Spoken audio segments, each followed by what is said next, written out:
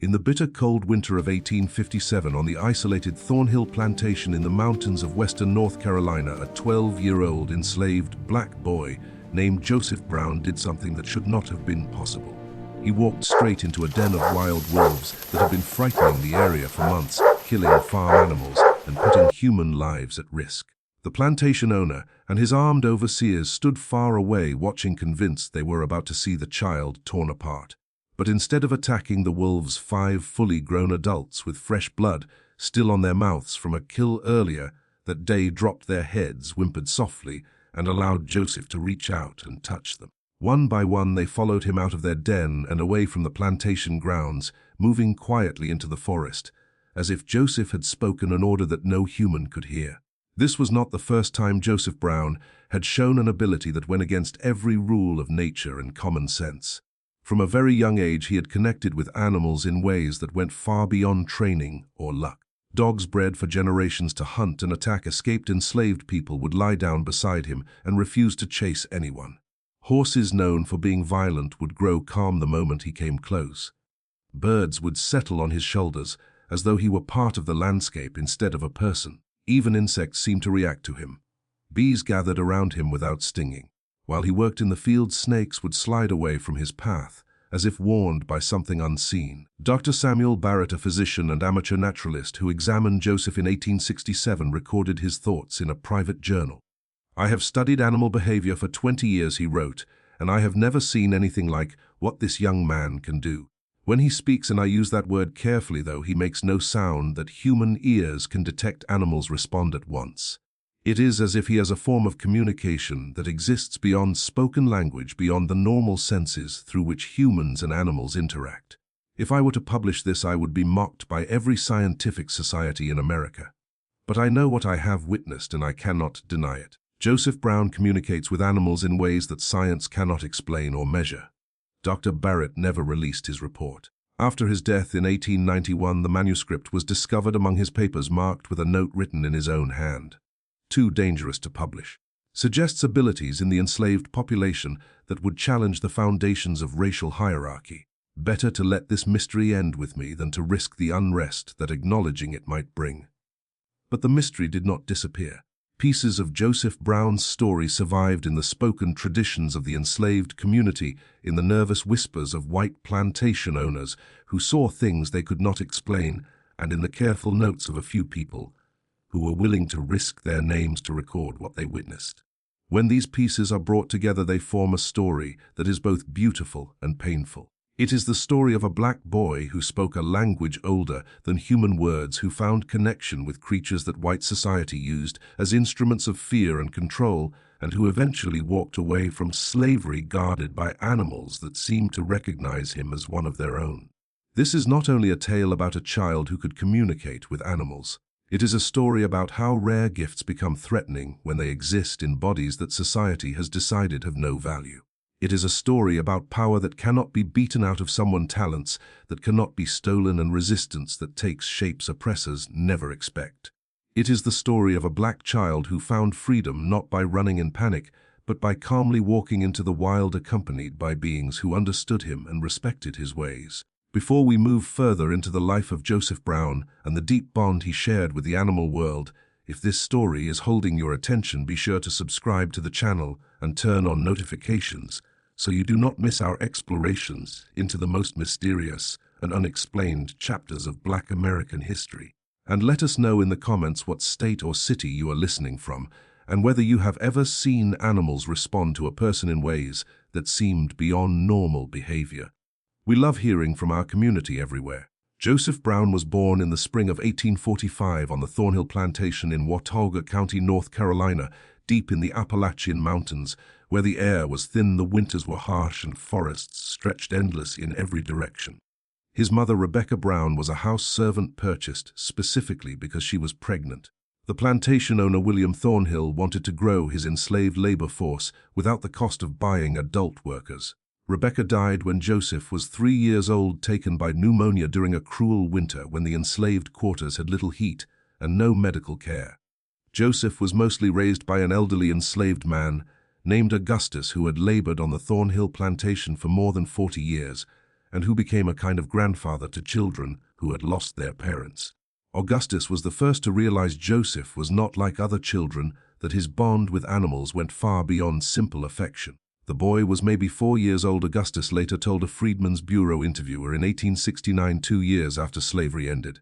"We were working in the fields and a rattlesnake came out from between the corn rows. Everyone jumped back. When you see a rattler, you do not hesitate. But Joseph just stood there staring at the snake. And I swear on my life that snake stared back at him. They looked at each other for nearly a minute. Then the snake turned around and went back into the corn. It did not rattle, it did not strike, it just left like Joseph had asked it to. I asked the boy what happened, and he said I told it to go away. It was scared of all the people. I told it we would not hurt it if it left." The boy never spoke out loud to that snake. I was right beside him. But somehow that snake understood him. That was when I knew Joseph had a gift, or maybe a curse depending on how you see it. As Joseph grew, his ability became stronger and more visible to everyone on the plantation. Dogs trained to hunt escaped enslaved people, dogs that would normally attack on sight, became gentle around Joseph. The plantation kept several bloodhounds used only for tracking runaways, vicious animals kept hungry and trained to see enslaved people as prey. Yet these same dogs wagged their tails when Joseph appeared, allowed him to touch them, and even ignored their handlers when he was near. This unsettled the white overseers deeply. The dogs were meant to be tools of fear, part of the system that made escape nearly impossible. Joseph's presence broke that system. The head overseer Charles Morrison complained to William Thornhill in 1855 when Joseph was 10 years old. "That boy is ruining the dogs," he said, according to plantation records. "They do not track right anymore. Last week Jenkins' boy ran and I sent the dogs after him. They found him fast enough, but instead of holding him they just sat down and did nothing. When I arrived, Joseph was with them and they were acting like house pets, not hunters. The boy is doing something to them. I do not know what, but it is not natural. We cannot keep order if the dogs will not work, and they will not work when Joseph is around." William Thornhill tried to solve the problem by keeping Joseph away from the dogs, banning him from the kennels, and ordering that he have no contact with the animals. But this rule could not be enforced. The dogs themselves broke chains, pushed through gates, and sought Joseph out. When kept apart from him, they became restless, refused food, and barked endlessly. The plantation's animal-based system of control began to fail, and Joseph was clearly the reason, even though no one could explain how. Things grew worse in 1856 when the plantation bought a new horse, a massive stallion named Iron Jack.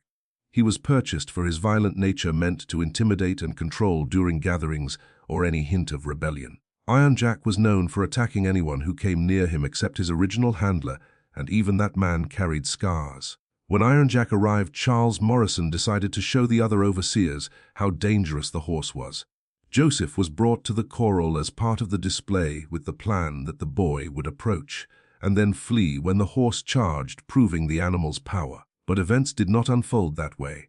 Enslaved people forced to watch and white overseers gathered nearby all later described the same strange scene.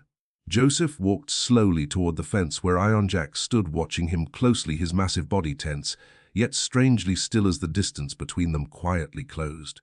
The horse noticed him at once and rushed forward just as everyone expected.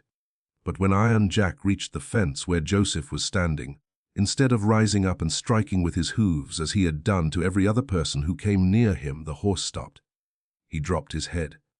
He made a low, gentle sound, not angry and not afraid, but closer to a greeting. Joseph reached through the wooden rails and placed his hand on Iron Jack's nose. The horse did not pull back or snap his teeth. Instead, he leaned forward, pressing his head into Joseph's palm the way a dog looks for affection. Then Joseph did something that made everyone watching draw in a sharp breath. He climbed over the fence and stepped into the corral with the feared stallion. Iron Jack could have ended his life with a single kick. Instead, the horse stood calm and still while Joseph moved around him, sliding his hands along the animal's neck and back, speaking in a voice so soft that no one nearby could hear the words. After several minutes, Joseph climbed back over the fence and walked away without looking back. Iron Jack watched him leave and did not try to chase or attack, his threatening stance completely gone. From that day on, the horse that had been meant to frighten people became useless for that role. Iron Jack would allow only Joseph to come near him. He grew restless and hard to manage when anyone else approached, but he stayed quiet and steady whenever Joseph was there. He does not shout orders, an enslaved woman named Sarah told Augustus after she saw what happened with Iron Jack. He just looks into their eyes. It feels like he is speaking to them in a language we cannot hear, telling them things that make sense to them, even if they do not make sense to us. White folks believe animals must be ruled by fear and cruelty. But Joseph treats them with respect, and they return that respect to him. That is why the overseers are so frightened, because if animals will follow Joseph instead of them, then maybe people will as well. Her words captured the real danger Joseph posed to the system of slavery. Slavery relied on controlling bodies and actions through fear and pain. But Joseph had discovered a way to earn trust and cooperation without force. And animals, which were supposed to be simple tools in a cruel system, were choosing him over their white handlers. This suggested that power could come from something other than violence, and that idea terrified everyone who depended on the old order. The breaking point arrived in the summer of 1856, when the plantation was hit by a plague of crows that ruined much of the corn crop. Every morning hundreds of birds poured into the fields, eating seeds and young plants faster than they could be replaced. The overseers tried everything they knew to chase the birds away. They put up scarecrows, fired guns, even spread poisons through the fields. Nothing worked. The crows kept returning, and the loss of crops threatened the plantation's survival. In desperation, William Thornhill ordered that Joseph be brought to the fields. By then, Joseph's unusual gift was well known, and Thornhill was willing to ignore his unease if it meant solving the crow problem. Joseph walked into the field where the birds were feeding. He stood there in silence for several minutes, looking up at them. Then, without making any sound the observers could hear, he lifted his arms. Every crow stopped eating at the same moment. The field fell silent. No calls, no wing beats, only an unsettling stillness. Then, as if guided by a single mind, the crows rose together and flew away from the plantation. They never came back. Not that day. Not that year, not ever. The infestation ended the instant Joseph asked them to leave, using whatever way of speaking allowed him to cross the barrier between species. The enslaved people marked the moment quietly, understanding it as proof of Joseph's rare gift. The white population reacted with relief mixed with deepening fear. Joseph had fixed their problem, but he had also shown how powerful he was and how much they depended on him. That dependence was dangerous in a system built on the lie of white superiority and black inferiority. How could they keep that lie alive when a black child could command the natural world itself? Charles Morrison, the chief overseer, began pushing for Joseph to be sold. That boy is too dangerous to keep, Morrison argued in talks later written into plantation records. Right now he only deals with animals. But what happens when he realizes he could turn them against us? What happens when a pack of dogs or a herd of horses answers his call and overruns this place? We are sitting on a powder keg and Joseph Brown is the spark. William Thornhill refused to sell Joseph, not out of kindness, but because the boy was too useful. The dogs could not be handled without him. The horses behaved better when he was near. His influence over wildlife solved problems no ordinary methods could touch.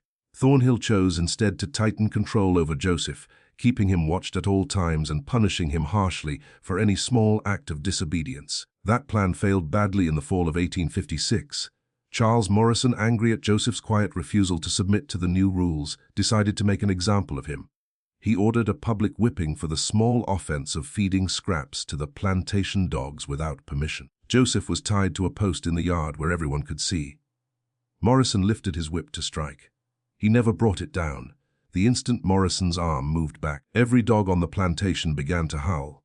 The noise was overwhelming. It was not normal barking, but a long, painful cry that seemed to rise from deep inside the animals. Then the horses in the stables joined in, screaming and kicking so hard that the barn itself shook. Birds exploded from the nearby trees in a dark cloud that dimmed the sunlight. Even insects responded. A thick swarm of bees appeared, circling the yard but never touching anyone, as if they were guarding the space. Morrison lowered his whip, his face drained of color. The sound continued for several minutes, a solid wall of noise that carried a clear warning. Touch this boy and there will be consequences. At last William Thornhill ordered Joseph to be untied and sent away. The moment Joseph was freed, the animals went quiet. The dogs fell silent. The horses settled. The birds returned to the trees. The bees vanished. Years later, Augustus told a Freedmen's Bureau interviewer that he had never seen anything like it. It was as if every animal on the plantation spoke up for Joseph at the same time. They did not attack or harm anyone, but they made it clear that hurting Joseph was not acceptable. After that day, the overseers stopped trying to punish Joseph directly. They were too afraid of what the animals might do. For the first time in the plantation's history, a white man feared whipping an enslaved person, not because it was wrong, but because he feared nature itself rising to defend that person. The incident changed Joseph's life. The white people treated him with an uneasy mix of fear and reluctant respect, giving him more freedom than others, but watching him closely for any sign of trouble. The enslaved community looked to him with hope and worry. Hope because his gift suggested new ways to resist. Worry because someone so remarkable would always attract danger. That danger arrived in 1857 when Dr. Samuel Barrett came to the Thornhill Plantation. Barrett was a physician and amateur naturalist who had heard stories about Joseph from other plantation owners in the area. The tales spread through western North Carolina, stories of an enslaved boy who could speak to animals without words, whose presence changed creatures thought to be beyond human influence. Barrett doubted the stories, believing they were exaggerated or false, but his curiosity led him to ask William Thornhill for permission to observe Joseph. Thornhill agreed, hoping Barrett might explain the boy's abilities in calm scientific terms and make them less frightening. Over several weeks in the spring of 1857, Dr. Barrett carefully watched Joseph. He recorded Joseph's interactions with dogs, horses, cows, chickens, wild birds, and even insects. He tried to note physical and behavioral changes during these encounters. He spoke with Joseph many times, trying to understand how the boy viewed his own gift and what he believed he was doing when he connected with animals. What Barrett found both amazed and unsettled him. He noticed that when Joseph was near animals, his breathing slowed and became steady, as if he were matching a natural rhythm beneath normal human awareness. He saw Joseph's eyes lose focus in a familiar way during these moments, as though he were seeing past the animal's body to something deeper. He measured small but clear changes in the animals, calmer movements, slower heartbeats, breathing patterns falling into sync with Joseph's own. His posture slowly grew looser and more open. What stood out the most was what Dr. Barrett noticed next. Joseph appeared to feel bodily sensations that matched the animal's condition. When Joseph spent time with a wounded dog, he flinched and leaned on his own leg in the same way the dog avoided its injury. When he soothed a restless horse, his own body began to show the same strain the animal had been under. His pulse rose, his breathing became fast, then both slowly eased as the horse settled down. It seemed as though Joseph was actually sensing what the animals felt, sharing both their physical discomfort and their emotions through a bond that went beyond normal senses. The boy does not merely train or control animals in any ordinary way. Dr. Barrett wrote in his private notes, he seems to share awareness with them, to see the world as they see it, and through that shared awareness create understanding. When he speaks to an animal, he is not giving commands or relying on learned behavior. He is taking part in a true exchange, a real conversation. Though that exchange does not use language in any way we understand. Dr. Barrett was deeply affected by an event he witnessed in April of 1857. Joseph was asked to help with a cow that was struggling to give birth. The animal had been in labor for many hours and was growing weak, and without help, both the cow and the calf would almost certainly die. There was no veterinarian on the plantation, and the enslaved workers who usually helped with animal births did not know what else to do. Joseph approached the cow carefully, moving slowly so as not to frighten her further.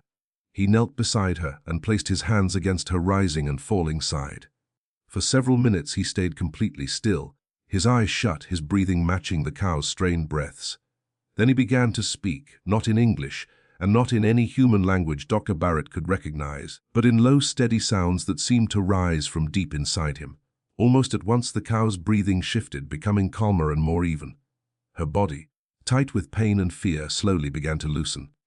Joseph kept making those sounds for nearly 10 minutes, his hands never leaving her side, his face showing intense focus mixed with discomfort, as if he were sharing the cow's pain himself. At last the cow let out a deep sound and with one final effort gave birth to a healthy calf.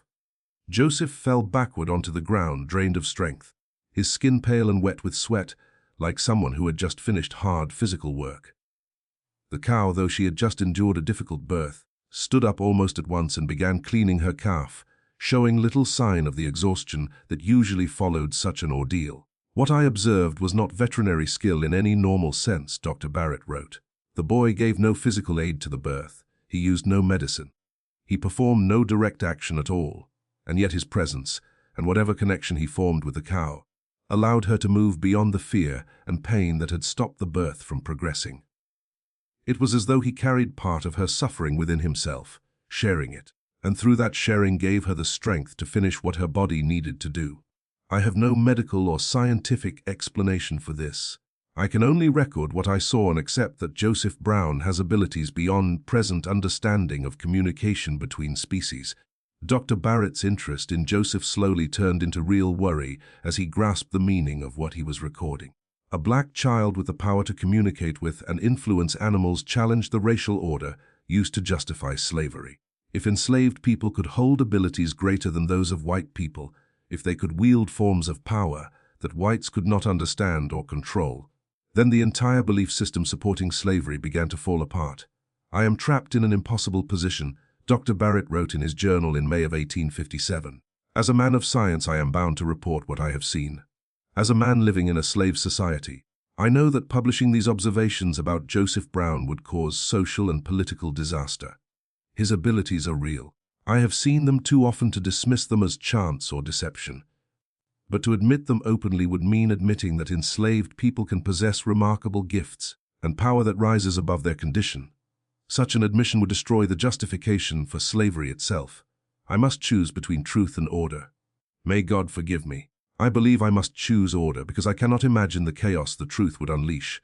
Dr. Barrett left Thornhill Plantation in June of 1857, carrying his journals with him and never releasing his findings. He continued to write privately to a small number of scientific peers about what he had witnessed, but always framed his accounts as theories or imagined cases rather than real events. His true records stayed hidden until after his death, when his grandson found them among his papers and gave them to a historical society, where they remained unread for many years. While Dr. Barrett quietly recorded Joseph's abilities, tension at Thornhill Plantation was rising. The enslaved people had begun to see Joseph as a sign of hope and quiet resistance. Joseph never asked for this role and never encouraged it. He stayed reserved and avoided conflict, using his gift only when needed to protect himself or help animals in pain. Still, his very presence challenged the system, proving that enslaved people held abilities their enslavers could neither control nor fully understand. Among the white population on and near the plantation, fear grew, often hidden beneath anger. Charles Morrison, the chief overseer, became especially outspoken about the danger he believed Joseph posed. "That boy is turning the natural order upside down," Morrison was heard saying in conversations later repeated by house servants. "Animals are meant to serve people, and slaves are meant to serve whites. But Joseph has animals answering to him, and that frightens white men. Fear turns into resentment, and resentment turns into harm. Something terrible is coming, I can feel it."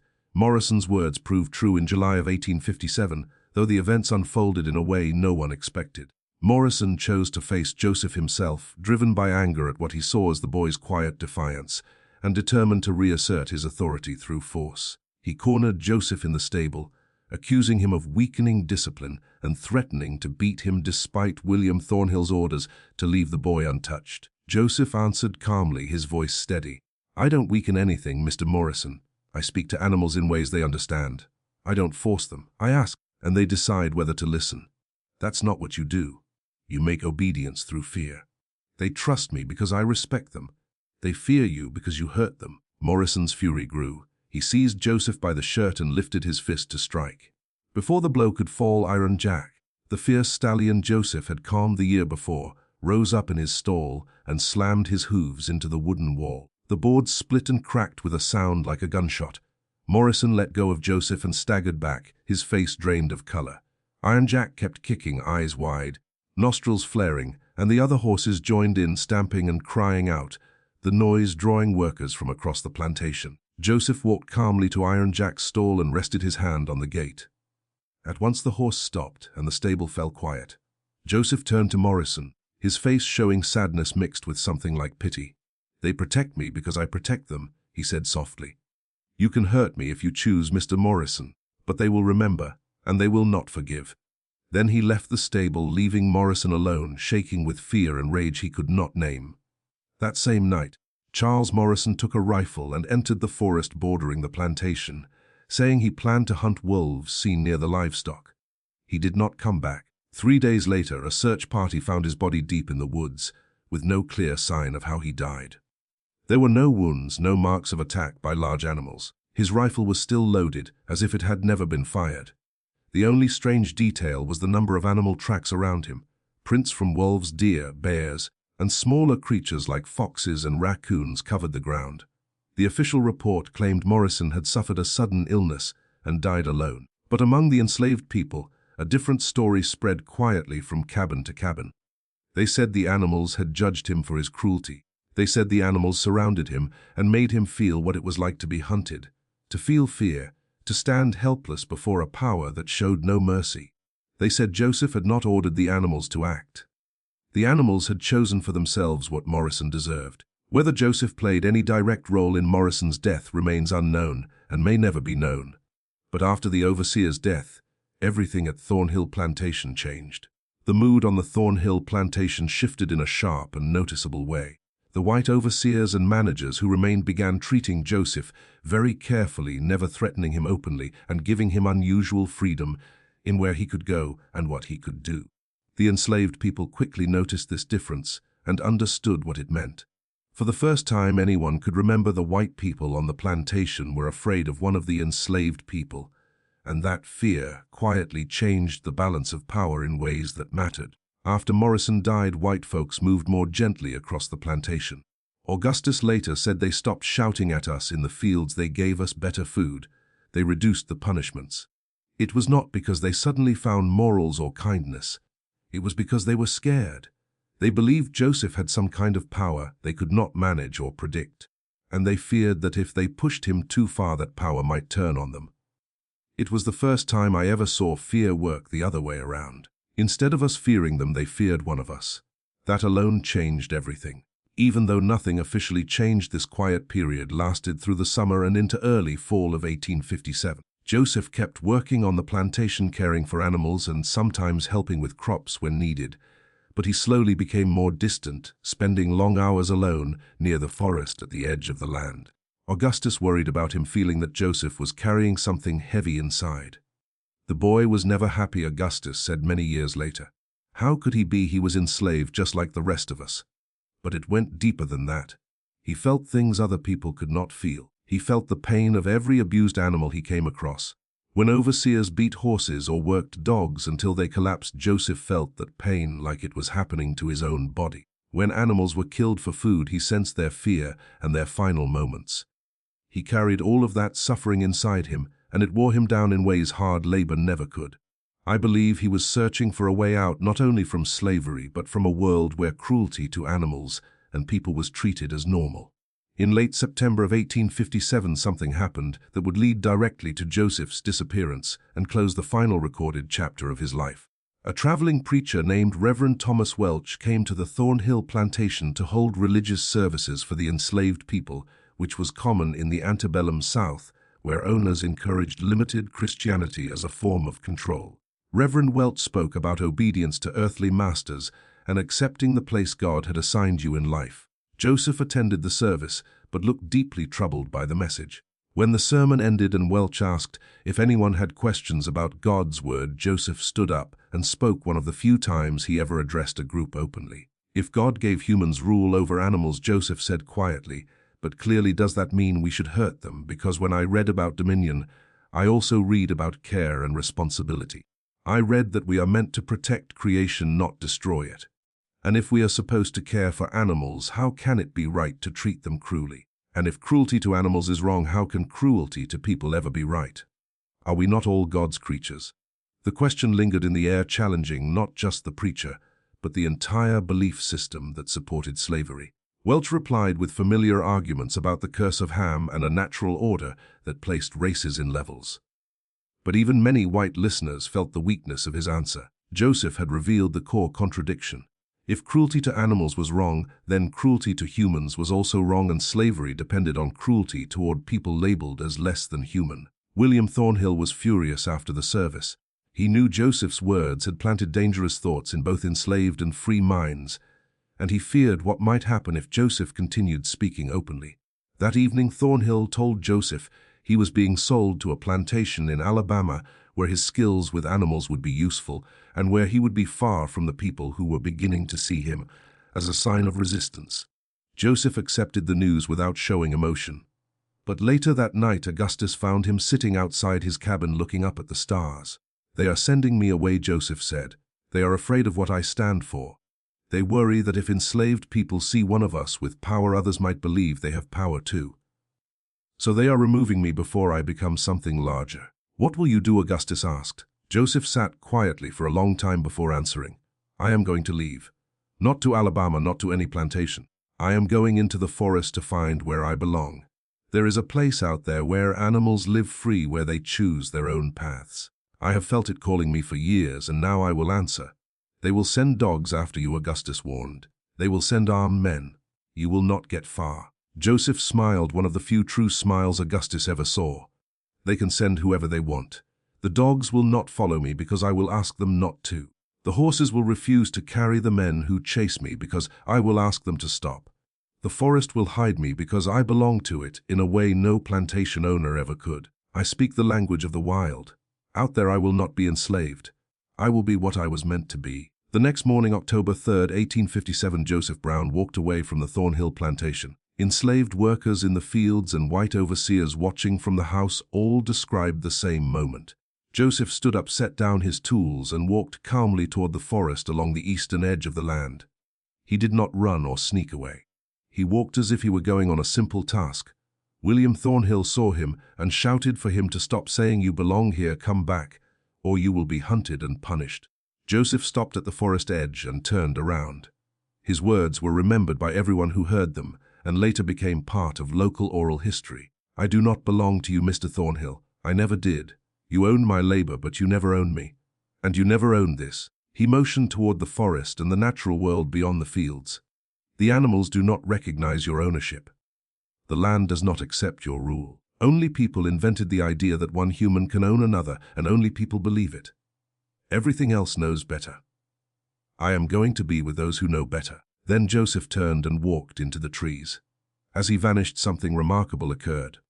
Animals came out of the forest and followed him. Plantation dogs broke their chains and ran after him, not to attack but to join him. Deer appeared moving alongside his path. Birds filled the sky above, circling and calling. Even insects gathered, butterflies and bees forming moving clouds of color that marked his way. Thornhill ordered his men to chase him. But when they reached the forest edge, the dogs stood between the men and the woods, forming a living wall. They did not attack but growled a warning that was clear. The men backed away to gather weapons and reinforcements. By the time they were ready, hours had passed and Joseph was gone deep into the Appalachian wilderness. They searched for days, sending tracking parties through the forest, but found nothing.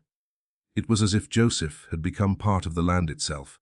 In the weeks and months after, strange stories spread through mountain communities in western North Carolina. People claimed to see a young black man living among the trees, surrounded by animals that trusted him. Hunters spoke of wolves and bears that behaved calmly as if guarding territory. Livestock near the forest stopped being attacked, not because predators were gone, but because boundaries had been set. Enslaved people escaping other plantations said animals guided them, deer leading them to water, birds warning them of danger, bears standing between them and pursuit dogs. They felt the forest was protecting them, that something within it was on their side. Whether Joseph Brown survived, no one knows for certain. Official records only say that an enslaved boy named Joseph Brown, aged 12, ran away on October 3, 1857, and was never captured. No death was recorded, no body was found. He became one of many who vanished into the forests of the South, choosing freedom or death, but refusing to remain enslaved. Augustus, who lived until 1889, kept telling Joseph's story again and again to anyone willing to listen. He said that Joseph had found his freedom, that the boy who could speak with us welcomed instead of feared. Joseph did not die in that forest, Augustus would say with full confidence. He became part of the fantastic musical to make people, that he avoided those movements of that sunless night and the sea.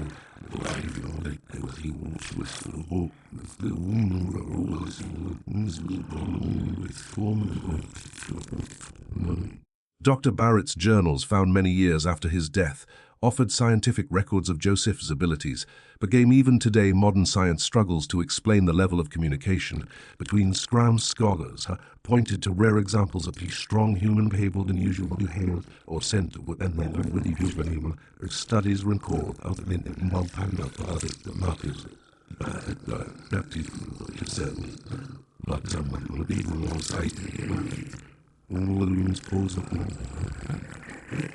Researchers who study animal thinking say that many species are far more advanced in communication, and once believed wolves, the animals most closely linked to Joseph's story, are known to have complex social system and advanced ways of communicating. They can recognize and react to human emotions and intentions in structural intelligence, who came from what was especially sensitive to human signals and wolves' and behavior. Yet even when we consider high animal intelligence and rare human awareness, the historical account describes something that goes beyond what science currently understands: the idea that a human could communicate with many species at the same time, could guide animal behavior from a distance, could feel animal emotions and physical conditions, of animal science or ecology, even psychology. Maybe Joseph Brown had an unusually deep sense of empathy that allowed him to read animal movements and signals with incredible accuracy. Maybe his painful life of fear, of suffering, and the desiring and for freedom that cross-species line is not never formed because they went through like the memo of one or ways went beyond the normal sense.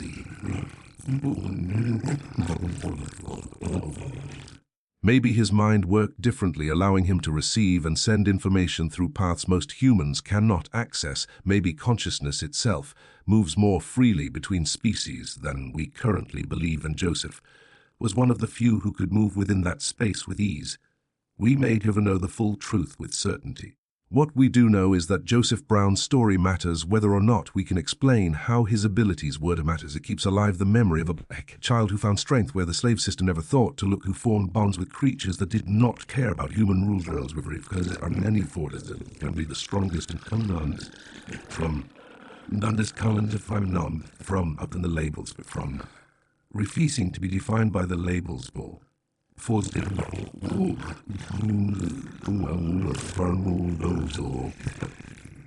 Joseph Brown refused to be only a slave. He refused to treat animals the way white society demanded through cruelty and control. He refused to believe that his place in the world was decided by his skin color. And when the system tried to destroy that refusal, he walked away into a world slave or someone who spoke a language that was from them. Is now or handed down as a money, but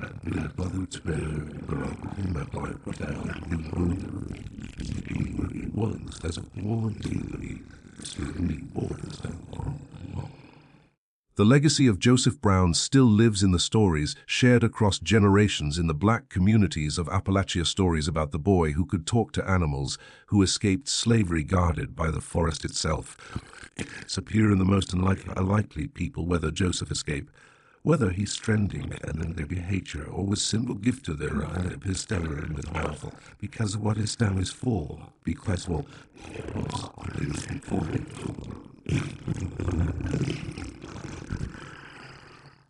it stands for the chance of freedom, the truth that oppressors cannot control every gift, and the lasting fact that some kinds of power cannot be beaten. About this story, do you believe Joseph Brown truly had the ability to communicate with animals beyond normal human limits? Have you heard stories in your own family about people with deep and unusual connections to real thought? Show you the comments below.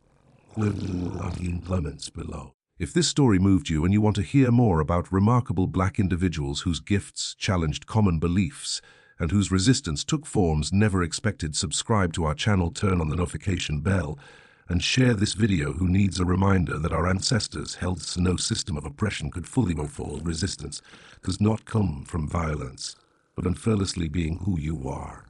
Who you Joseph Brown spoke a language slavery could not silence, found freedom, chains could not follow, and left behind a story that asks us to see that power nature sometimes chooses its own children, no matter what human laws say. Video as we continue revealing hidden stories of extraordinary and ominously warbound can never be fully controlled, or food who trolled, or contained by those who troll to rule, food to own to rule o them.